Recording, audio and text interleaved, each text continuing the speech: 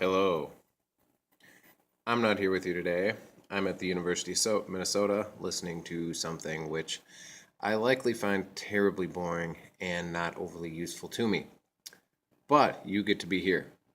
And what we're going to do is I'm going to have you open up your books to page 182 in your big lit book. We're going to do one of these essays together. I'm just going to talk you through it, read through it for you, and then talk you through it. So please bear with me with this, and I would like you to be please paying attention to this as we go, because you're going to have to answer a couple questions about this once we are done. So, page 182. To go into solitude, a man needs to retire as much from his chamber as from society. I'm not solitary while I read and write, though nobody is with me. But if a man will be alone, let him look at the stars. So, part of the transcendentalism is about being able to reflect on your life, right? And think about what's going well and what's not. And according to Mr. Emerson, you can't just do that in your house, right? A house is surrounded by too much stuff from other people, too many other ideas and things, and you need to go out of the city, out of the town, out of where other people are, out into nature to really kind of be alone. The rays that come between him come from those heavenly worlds will separate him and vulgar things. One might think that the atmosphere was made transparent with this design, to give man, in the heavenly bodies, the perpetual presence of the sublime.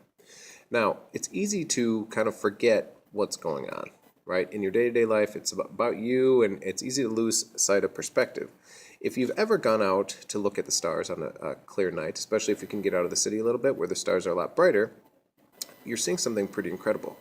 And when you think about what it is you're actually looking at when you see that, so for instance, some of the light from those stars could have burned out thousands of years ago, 10,000 years ago, 100,000 years ago, but those stars are so far away that the light traveling at the speed of light is just getting to our eyes now, right? It's saying it's almost like we're given this view of space and stars and everything to remind us how amazing things really are.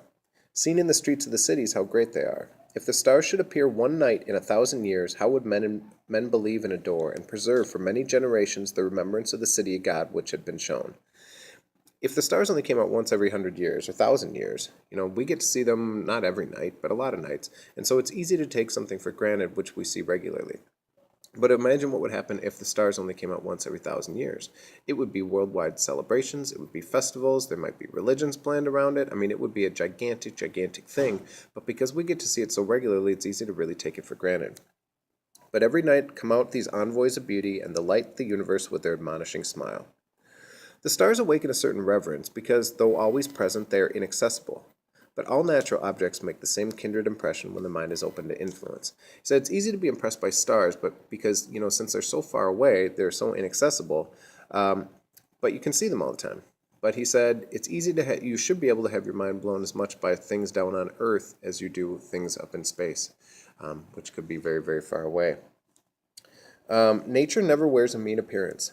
Neither does the wisest man extort all her secrets and lose his curiosity by finding out his perfection. Nature never becomes a toy to the wise spirit. The flowers, the animals, the mountains reflected all the wisdom of his best hour as much as they had delighted in the simplicity of his childhood.